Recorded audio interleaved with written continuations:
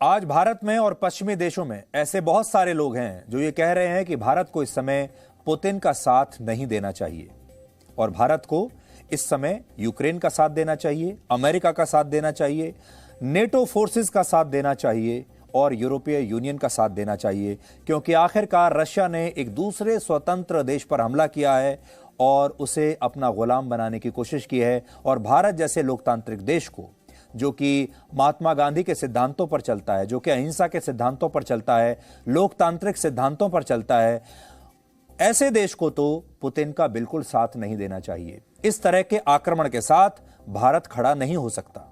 और अगर भारत आज खड़ा होता है ऐसे आक्रमण के साथ, तो जब भविष्य में भारत पर कोई और आक्रमण करेगा, जैसे मान लीजिए अगर चीन ने कभी भारत पर कोई आक्रमण किया या भारत के किसी हिस्से पर कब्जा कर लिया, तब ये पश्चिमी देश, ये नेटो फोर्सेस, ये भी भारत का साथ देने के लिए नहीं आएंगी। तो ऐसे में भारत को क्या करना चाहिए? तो आज हमने उसका एक विश्लेषण तैयार किया है।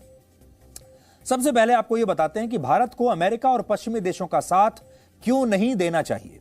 पश्चिमी देशों ने हमेशा से भारत के हितों के खिलाफ काम किया है। तो पहला सवाल यह है कि पश्चिमी देशों ने, यूरोप के देशों ने और अमेरिका ने हमारा साथ कब दिया है? आप खुद सोचिए अपने मन से, इन्होंने हमारा साथ कब दिया? उदाहरण के लिए, जब भारत ने जम्मू कश्मीर से अनुच्छेद 370 को हटाया था, तब इन देशों ने भारत की आलोचना की थी।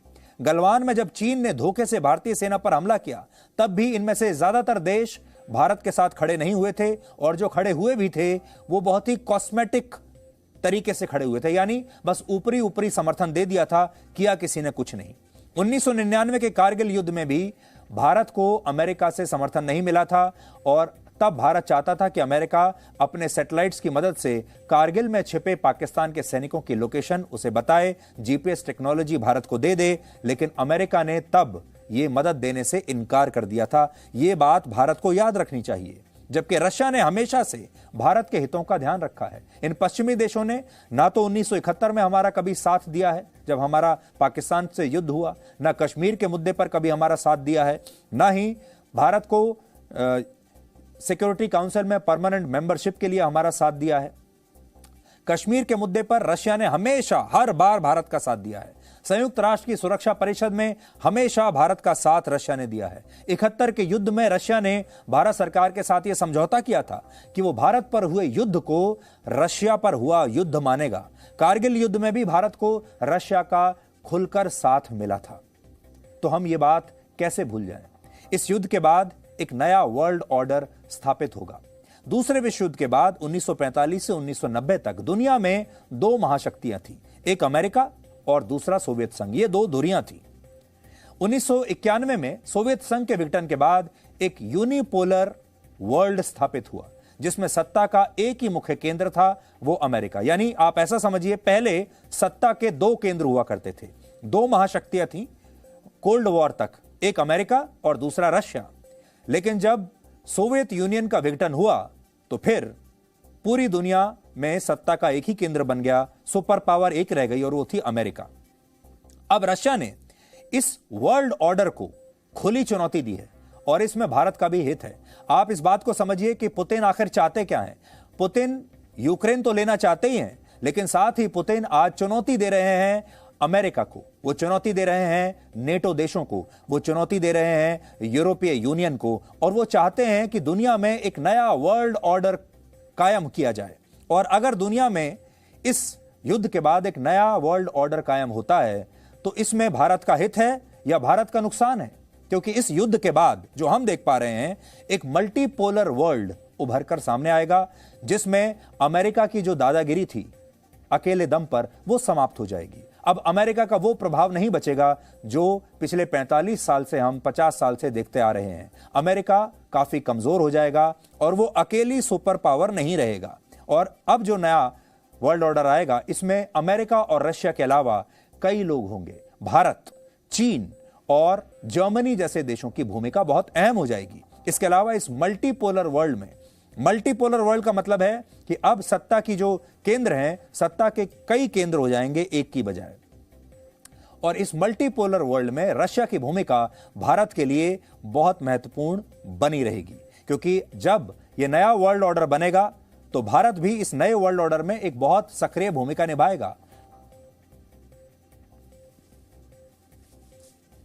तो भारत अब आगे की जो बड़ी चुनौती रहेगी वो ये है कि अगर इस समय भारत ने रशिया का साथ नहीं दिया तो भारत और चीन के विवाद में रशिया न्यूट्रल नहीं रहेगा, उसका झुकाव चीन की तरफ हो जाएगा।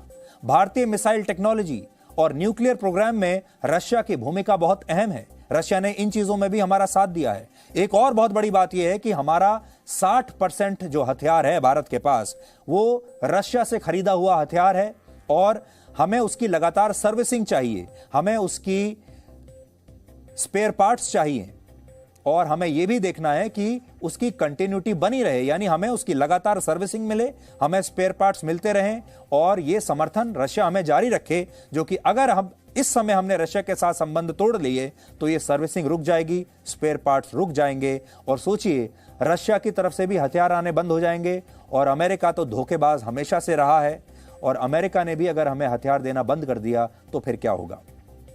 तो एक बड़ी बात यह है कि अगर यह नया वर्ल्ड ऑर्डर बना तो इस वर्ल्ड ऑर्डर में आपको भारत, चीन, रशिया और जर्मनी जैसे देश दिखाई देंगे और भारत जो कि आज वर्ल्ड ऑर्डर में काफी नीचे है, भारत को टॉप 5 में आने का एक मौका मिलेगा और रशिया जो है वो पहले की तरह ही भारत का साथ देता रहेगा। सबसे बड़ी बात है चीन को लेकर भारत का समर्थन कौन करेगा, अमेरिका करेगा या रशिया करेगा।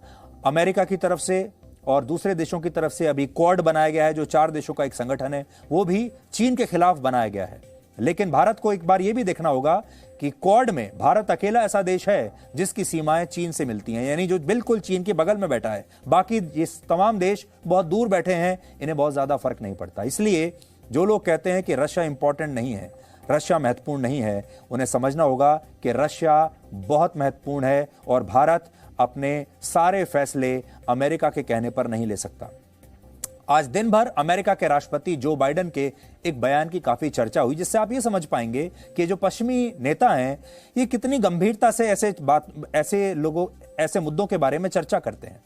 और इस चर्चा की वजह यह है कि जो बाइडेन ने अपने भाषण में कल रात यूक्रेन में अमेरिकी सेना को उतारने का ऐलान किया, लेकिन इस दौरान उन्होंने यूक्रेन के लोगों को संबोधित करते हुए उन्हें यूक्रेन की बजाय ईरान के लोग कह दिया।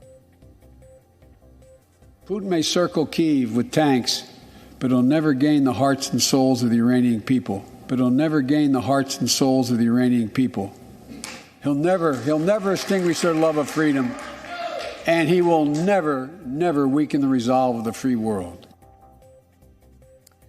यूक्रेन को युद्ध की आग में झोंकने की एक बड़ी वजह अमेरिका और यूरोपीय देश भी हैं, जो लगातार ये कहते रहे कि वो यूक्रेन के साथ हैं और उसकी पूरी मदद करेंगे। लेकिन जब रशिया ने यूक्रेन पर हमला किया तो इन देशों ने यूक्रेन को अकेला छोड़ दिया। भारत को यहां से भी एक सीख लेनी चाहिए और इस विश्वासघात का दर्द पोलैंड में दिखाई दे रहा है, जब ब्रिटेन के प्रधानमंत्री बोरिस जॉनसन एक प्रेस कॉन्फ्रेंस करने के लिए वहां पहुंचे, क्योंकि जब वो पोलैंड की यात्रा पर थे। और इस प्रेस कॉन्फ्रेंस में मौजूद यूक्रेन के एक पत्रकार ने बोरिस जॉनसन को काफी डांटा और कहा कि यूक्रेन की जनता रो रही है, लेकिन अमेरिका और पश्चिमी देश चुपचाप बैठकर तमाशा देख रहे हैं और रशिया पर लगाए गए उनके प्रतिबंधों का आखिर फायदा ही क्या हो रहा है। आप देखिए कि ये रिपोर्टर अचानक कैसे बोरिस जॉनसन के सामने खड़ी हो गई और उसके बाद जो कुछ इसने बोरिस जॉनसन से कहा और पूछा, उसका जवाब बोरिस जॉनसन के पास था नहीं और वो चुपचाप इस महिला रिपोर्टर की बातें सुनते रहे। You are coming to Poland. You are not coming to Kiev, Prime Minister. You are not coming to Lviv because you are afraid. Because NATO is not willing to defend. Because NATO is afraid of World War III. But it is already started. And these are Ukrainian children who are there taking the hit. You're talking about more sanctions, Prime Minister, but Roman Abramovich is not sanctioned. He's in London. His children are not in the bombardments. His children are there in London. Putin's children are in Netherlands, in Germany, in mansions. Where are all these mansions seized? I don't see that. I see that my family members, that my team members are saying that we are crying. We don't have where to run. This is what is happening, Prime Minister. तो बड़ा सवाल यह है कि जो NATO देश हैं, यूरोपीय यूनियन है, अमेरिका है, इन्होंने अभी तक यूक्रेन के लोगों के लिए क्या किया है। ये बातें तो बड़ी बड़ी करते हैं, लोकतंत्र की बातें करते हैं, इन सब ने शांति की बड़ी बड़ी दुकानें खोली हुई हैं और ये हर दुनिया में हर जगह जाकर शांति को बेचते हैं। जैसा हमने आपको बताया, ये शांति के सबसे बड़े विक्रेता हैं और हर देश कहता है कि आप शांति मुझसे खरीदिए, और शांति खरीदने के लिए आपको पहले हमसे हथियार खरीदने पड़ेंगे और उसके बाद ये शांति के नाम पर ये तमाम देश दूसरे देशों में घुस जाते हैं, उस देश को बर्बाद कर देते हैं, नष्ट कर देते हैं, हजारों लाखों लोगों की हत्याएं हो जाती हैं और फिर उस देश को बर्बाद करके ये देश वहां से बाहर निकल आते हैं और फिर किसी दूसरे देश की तलाश में निकल पड़ते हैं और सोचते हैं कि अब अगला कौन सा ऐसा देश है जिसे बर्बाद करना है। लेकिन यह भी एक बात है कि हमेशा थर्ड वर्ल्ड कंट्रीज को, तीसरी दुनिया के देशों को ही हमेशा बर्बाद करते हैं और खुद अपने अपने महलों में बैठकर बड़ी बड़ी प्रेस कॉन्फ्रेंस करते हैं, इंटरव्यूज देते हैं, शांति की बातें करते हैं, लोकतंत्र की बातें करते हैं, मानवाधिकारों की बातें करते हैं। इन्होंने बड़े बड़े संगठन बनाए हुए हैं, यूनाइटेड नेशंस बना लिया है, G20 बना लिया है, G7 बना लिया है, ब्रिक्स देशों का संगठन बना लिया है, न जाने कितने सारे संगठन इनके पास हैं। लेकिन इनमें से कोई भी संगठन आज तक किसी युद्ध को रोक नहीं पाया, आज तक किसी विवाद को सुलझा नहीं पाया। और तस्वीरें आप हमेशा देखते हैं, हर साल ये सम्मेलन होते हैं, हर साल ये सेमिनार्स होते हैं, दुनिया भर के न्यूज़ चैनल्स इनके बारे में रिपोर्टिंग करते हैं और वहाँ ये तमाम बड़े बड़े नेता फोटो खिंचवाते हैं, कस्में खाते हैं कि हम एक साथ रहेंगे और एक दूसरे की रक्षा करेंगे, और जैसे ही इनके हितों का टकराव होता है ये सब कुछ भूल जाते हैं और जो देश मुसीबत में होता है उसे मरने के लिए छोड़ देते हैं। ऐसे में भारत को ये देखना होगा कि भारत नॉन अलाइंड मूवमेंट का सबसे बड़ा चैंपियन रहा है। यानी भारत ने शुरू से ये देखा है कि हम जब शीत युद्ध हो रहा था तब भी भारत ने कहा कि ना हम अमेरिका का साथ देंगे ना हम रशिया का साथ देंगे, हम बीच में रहेंगे, हम न्यूट्रल रहेंगे, हम दोनों धुरियों के साथ, दोनों सुपर पावर्स के साथ बराबरी के संबंध बनाकर चलेंगे और भारत ने आज भी वही किया है। तो आज बड़ा सवाल यह है कि भारत ही अकेला वो देश क्यों बने जो सबसे पहले आकर पूरी दुनिया को यह बताए कि हम किसके साथ हैं। हम क्यों बताएं कि हम किसके साथ हैं और यह बताकर हमें क्या लाभ मिलने वाला है कि हम आज ये कह दें कि हम अमेरिका के साथ हैं, या आज हम रशिया को या व्लादिमीर पुतिन को, जो हमारा पुराना दोस्त है, उसे हम नाराज कर दें। ये एक बहुत बड़ी बात है और सोशल मीडिया पर तो लोग जो भी कहते हैं वो उनके लिए लिखना बहुत आसान होता है, कुछ भी आप लिख सकते हैं। लेकिन जब डिप्लोमेसी के बारे में सोचते हैं और जहां 140 करोड़ लोगों की जिंदगी का सवाल हो तब बहुत सोच समझकर फैसला करना होता है। जब दो देशों के बीच युद्ध होता है तो लाइन ऑफ फायर में सिर्फ सैनिक नहीं होते बल्कि एक पूरे के पूरे देश की अर्थव्यवस्था भी इस दायरे में आ जाती है, उस पर भी फायरिंग होती है और इस बार भी यही हो रहा है। इस युद्ध की वजह से रशिया की करेंसी रूबल को 7 दिनों में ही बहुत नुकसान पहुंच गया है और आज की स्थिति में भारत के 1 रुपए की स्थिति रशिया के रूबल से बेहतर है। यानी रुपया रूबल पर भारी साबित हो रहा है, रूबल जबरदस्त तरीके से टूटा है। युद्ध शुरू होने से पहले 22 फरवरी को $1 लगभग 79 रूबल्स के बराबर था, लेकिन आज $1 में $1 की कीमत 109 रूबल के बराबर हो चुकी है। तो रूबल लगातार गिर रहा है, टूट रहा है। सरल शब्दों में कहें तो अगर आपके पास $1 है तो आप इसे रशिया की करेंसी में एक्सचेंज कराते हैं तो इसके बदले आपको $1 के लिए 109 रूबल मिल जाएंगे, जबकि 10 दिन पहले तक $1 के बदले 80 रूबल ही मिलते थे। यानी उसकी जो वैल्यू है वो लगातार कम हो रही है। अगर रुपए से रूबल की तुलना करें तो युद्ध शुरू होने से पहले 22 फरवरी को $1 लगभग 1 रूबल के बराबर था। यानी रूबल और रुपए की वैल्यू बराबर थी, लेकिन अब $1 लगभग 1.5 रूबल के बराबर है।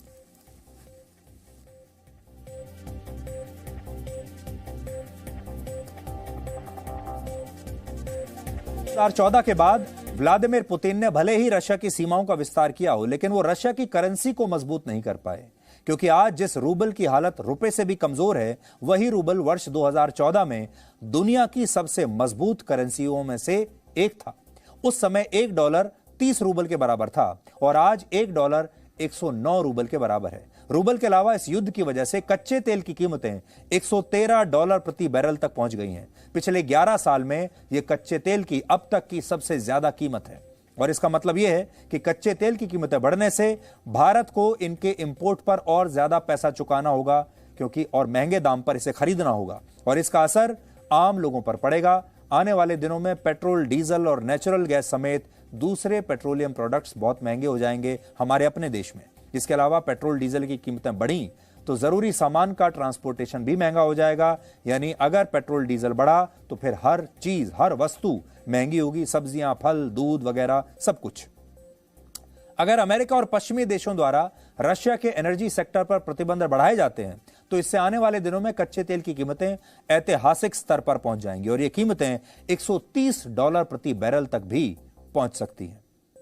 इस युद्ध के बीच एक खबर की दुनिया में बहुत चर्चा हो रही है और वो ये कि अल्कोहल ड्रिंक वोडका, उसका भविष्य अब क्या होगा। आप तो जानते हैं जब भी रशिया के बारे में बात होती है तो वोडका की बात जरूर होती है और आज भारत जैसे देश में भी बहुत सारे लोगों की जो फेवरेट ड्रिंक है वो वोडका है।